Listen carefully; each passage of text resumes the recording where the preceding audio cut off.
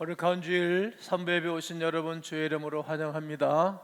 오늘도 말씀을 듣는 가운데 하나님의 영으로 충만하고 새로워지는 귀한 시간 되기를 주의 이름으로 축원합니다. 저는 2월 한 달 벌과 같이 이런 총설교 주제를 붙잡고 말씀을 증거하게 될 것입니다. 오늘은 화합을 호소하는 주의 정의 외침 따라해 보시겠습니다. 화합을 시작. 이 본문의 말씀을 붙잡고 증거하게 될 것입니다. 성경에서 벌은 굉장히 여러 곳에서 비유의 말씀을 하고 계십니다. 비유와 상징이 담겨져 있습니다. 비유가 아니면 주께서 말씀하지 아니하시느니라고도 말씀하고 있습니다. 예를 들어 가나안을 어떻게 표현했죠? 젖과 꿀이 흐르는 땅, 젖과 꿀이 흐르는 땅 이렇게 표현했습니다. 이처럼 꿀이 많다는 것은 벌이 있다는 얘기고 또 반면에 꽃이 많다는 것입니다. 땅이 비옥하고 좋은 땅을 말하고 있는 것입니다. 꿀을 휘특하여 사람들이 윤택하게 살았을 것이고 건강과 그리고 의학용으로도 썼을 것입니다. 또 실제적으로 애굽 땅에서는 이 본문을 기록하기 이전 출애굽기 시대에도 말입니다. 애굽에서는 양봉을 했다는 흔적들이 있습니다. 문헌도 나와 있습니다. 또 가나안을 정복할 때 하나님께서는 여호수아를 통하여 그 땅을 정복할 때에 활과 칼을 가지고 정복만 하지 아니했고 왕보를 시켜가지고 그들을 물리친 적이 있습니다. 한번 읽어보겠습니다. 시작.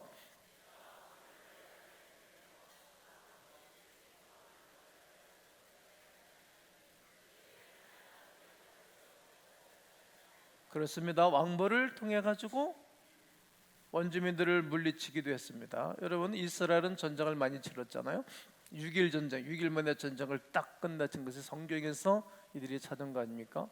첫째 날 빛을 만드신 말씀을 딱 붙잡고 그래 빛을 깨자.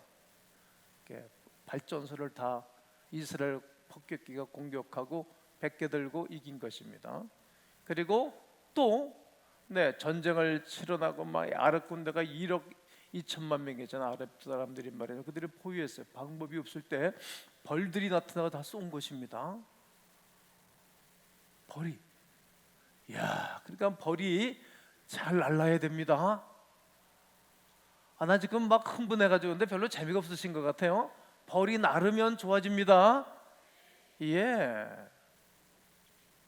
벌을 통해서 사람들에게 유익을 많이 주기도 합니다. 아인슈타인이 그런 얘기했습니다. 지구가 망할 때쯤 되면 벌이 다 사라질 것이라고. 요즘 벌이 없기 때문에 농사하는 분들도 힘들어하지 않습니까? 제가 이 벌에 대해서 연구하는 가운데 말입니다. 벌들이 없어가지고 사과꽃, 배꽃 사람들이 인위적으로 말입니다. 붓을 가지고 인공수정하고 다니는 거 봤어요. 이거 벌이 없으면 다 어려워지고 힘들어지는 것입니다. 뭐니 해도 이 벌은 적당한 사회를 형성하고 있고 그리고 뿐만 아니라 행동 양상을 가지고 그들은 살고 있습니다. 다음 세대를 돌보며 사회적인 생활을 하는 몇 안 되는 곤충 중에 한 곤충입니다. 여왕벌, 말벌, 일벌, 땅벌 막 벌들이 굉장히 많습니다. 계급과 종류를 갖고 있고 분업과 집단을 이루고 살아가는 곤충입니다. 여왕벌이 있을 때는 다른 왕벌들이 여왕벌이 생기지 않도록 하고 혹 생기게 되면 그 여왕벌을 죽여버립니다. 공격해가지고. 왜요? 분열하게 되어지면 세력이 약화되기 때문이지요. 저는 한 달 동안 벌과 같이 이런 총주제로 이런 말씀을 빗대어 말씀을 증거하게 될 것입니다. 우리가 하나 되어 2020년도 축복의 해를 만들어내기를 원합니다.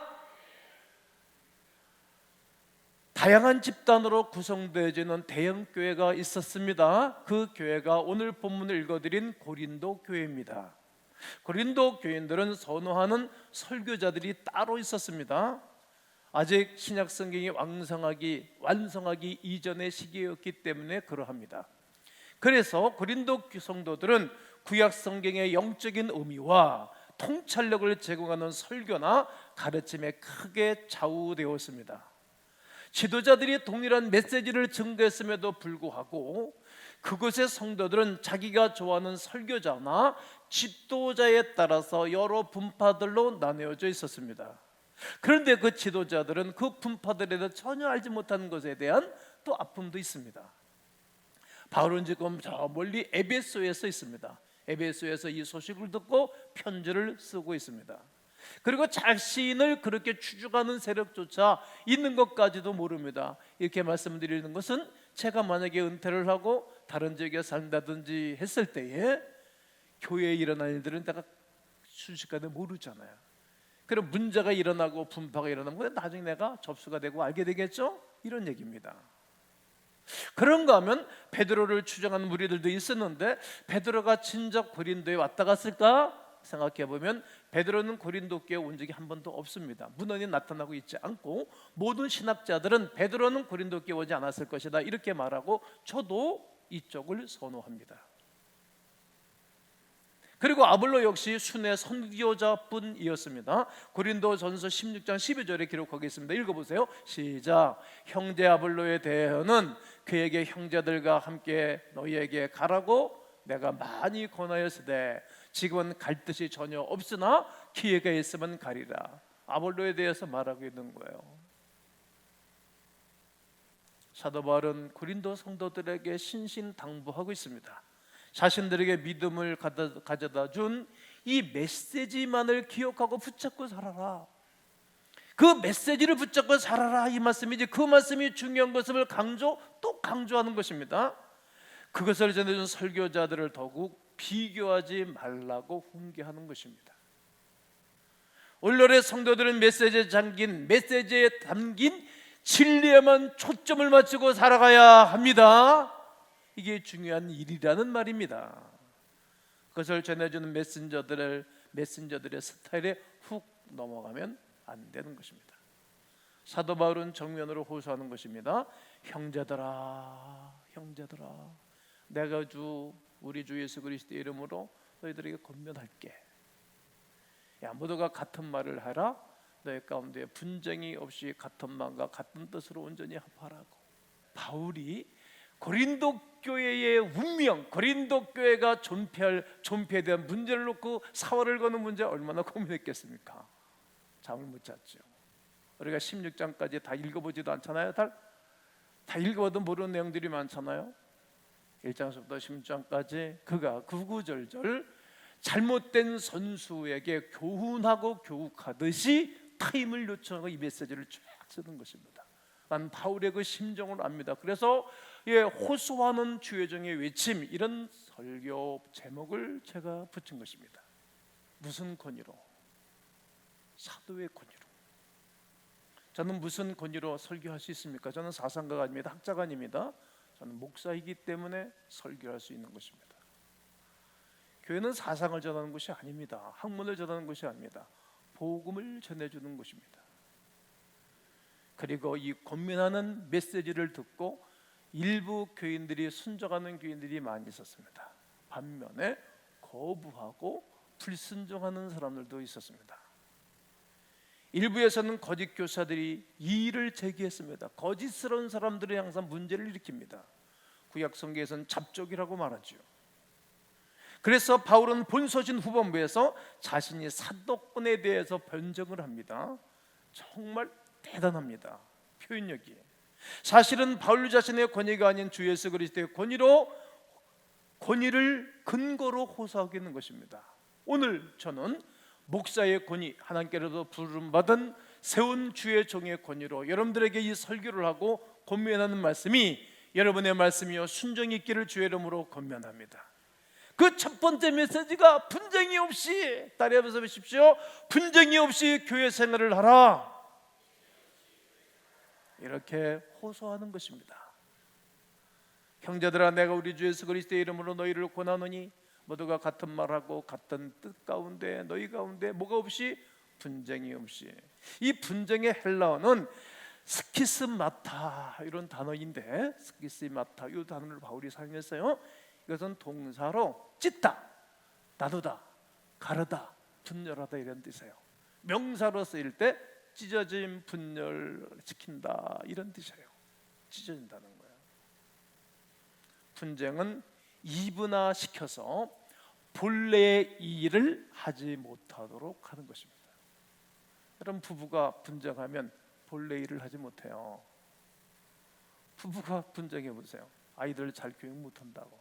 이미 아이들 교육은 실패하는 거예요.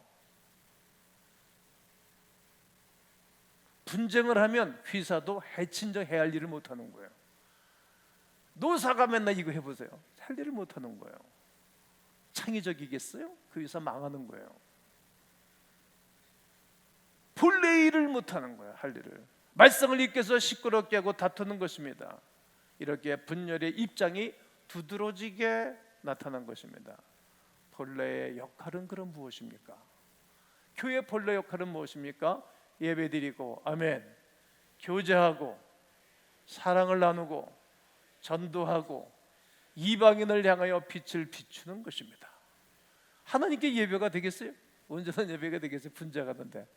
이때 바울이 또 이어서 말하는 것입니다. 그리스도가 아닌 사역자로 말미암아. 읽어보세요. 시작. 여러분, 그리스도가 내 안에 있어야 되는 것입니다. 주 안에 있어야 되는 것인데 사역자들이 내 안에 있으면 안 되는 것입니다. 사역자들이 사람은 흔적도 없이 사라지고 그리스도가 나타나야 되는 것 아니겠어요?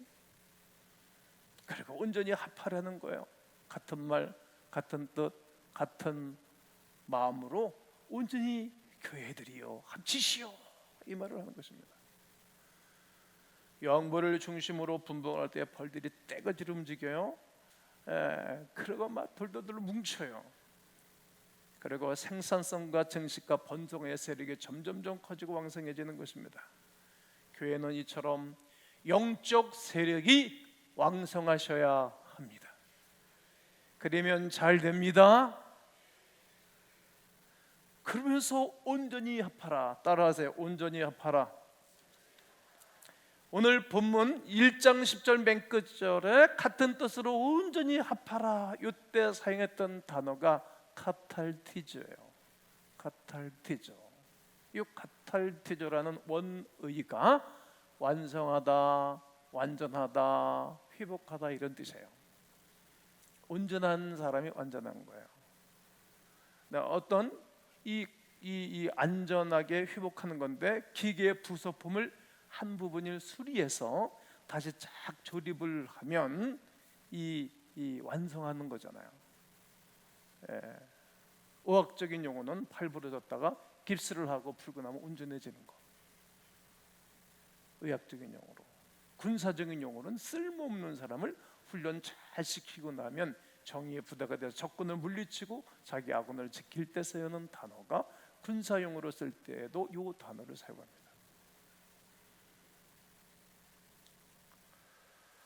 부속품 단 한 개라도 제 역할을 하지 못하면 그 기계는 고철덩어리가 되곤 합니다. 그러므로 고린도전서 1장 10절에서 고린도 교회를 향해서 온전히 합하라. 그래야 너네 교회가 복이 있다. 내가 너희와 함께한다. 그리고 고린도 교회를 내가 축복하겠다. 이런 말입니다. 성경은 여러 곳에서 온전히 합하라, 이 카탈티저 같은 용어와 단어를 쓸 때가 많이 있습니다. 굉장히 많이 있는데 오늘 저는 세 군데만 소개하고 설교를 마칠 겁니다. 이것이 오늘 증거하는 말씀이 오늘 설교의 결론입니다. 첫째는 일꾼으로 그 일을 위해 준비하게 하라. 읽어보세요. 시작. 에베소 4장 12절에 이는 성도를 온전하게 하여, 온전하게, 요 단어가 카탈티스모스, 봉사일을 하고 교회 몸을 세우라는 거예요. 교회를 세우는 것이 온전한 일인 것입니다. 여러분, 회사를 시작하면 회사를 온전히 세워야 그게 성공하는 거잖아요. 교회를 온전히 세우는 것, 예수 그리스도의 몸된 교회가 굳건해지도록 세우는 것입니다. 이때 쓰는 단어가 카탈티저입니다. 예수 그리스도 이름으로 바울이 위대한 사실을 깨닫고 권면하고 있는 것입니다. 그리고 그물을 수선할 때 쓰는 단어입니다. 야고보와 요한이 배에서 내려서 금을 깃는 것을 보시고 그를 불렀어요. 여기서 금을 깃는 것을 그 단어가 카탈티저입니다. 카탈티죠. 조그마한 구멍이라도 있으면 물고기들이 새어나와서 헛구물질을 하는 것입니다. 여러분, 교회는 그물을 깃는 것입니다. 어디서 누수가 되는가, 어디서 우리가 잘못하고 있는가를 찾으셔야 됩니다. 속으로 리더들도 똑같은 것이고, 담임 목사도 똑같고, 교육자도 똑같은 것입니다. 그때 온전해지는 것입니다. 늘 교인들이 뒤로 빠져나간다면, 그물을 기어넣지 못한다면, 온전하지 못하면 교회가 교회로서의 기능, 본래 일을 하지 못하는 것 아니겠습니까? 왜 예수님이 제자를 부르실 때 그물 깃는 것을 바라보시고 이 단어로 사용하셨을까요? 오늘 이 세대 우리에게 교훈하기 위한 하나님의 메시지입니다. 그 상징적인 것입니다. 영혼을 사랑하고 성도를 행복하게 하고 즐거워하는 일에 온전해지기를 예수의 이름으로 선포합니다. 마지막, 신앙의 부족을 채우라는 것입니다. 데살로니가전서 3장 10절에 주의 열심히 간구함은 너희 얼굴을 보고 너희 믿음이 부족한 것을 뭐하기 위함이다? 보충하게. 이 보충하기의 말이 똑같은 단어예요. 카탈티죠. 온전해진다는 거예요. 여러분, 사람이 다 부족해요. 저는 한 번도 강다성에서 난 잘하는 거 있다고 한 적이 없어요. 전 부족한 게 있어요. 여러분들이 날 채워주셔야 되고, 여러분들의 부족한 것은 또 제가 채워줘야 되는 것입니다. 이렇게 한번 여러분 아멘 하면 좋겠습니다. 감독이신 예수 그리스도를 바라보라. 감독이신 그리스도께서 원하시는 것에 집중하라. 감독이신 그리스도를 중심으로 원팀으로 단합하라. 감독이신 그리스도를 사랑하고 모두를 사랑하라. 감독이신 교회 머리이신 그리스도를 중심으로 분쟁하지 말라. 교회를 향하여 영보를 중심으로 하나로 움직이는 것처럼 우리 2020년도 새해 첫날에 은혜를 주시고 응답하신 하나님과 함께 이제 교회가 통합하고 하나 되어지면서 위대한 생산성, 역동적이요 반전에 거룩한 은혜가 여러분 삶 가운데 일어나기를 주의 이름으로 축원합니다. 축원합니다.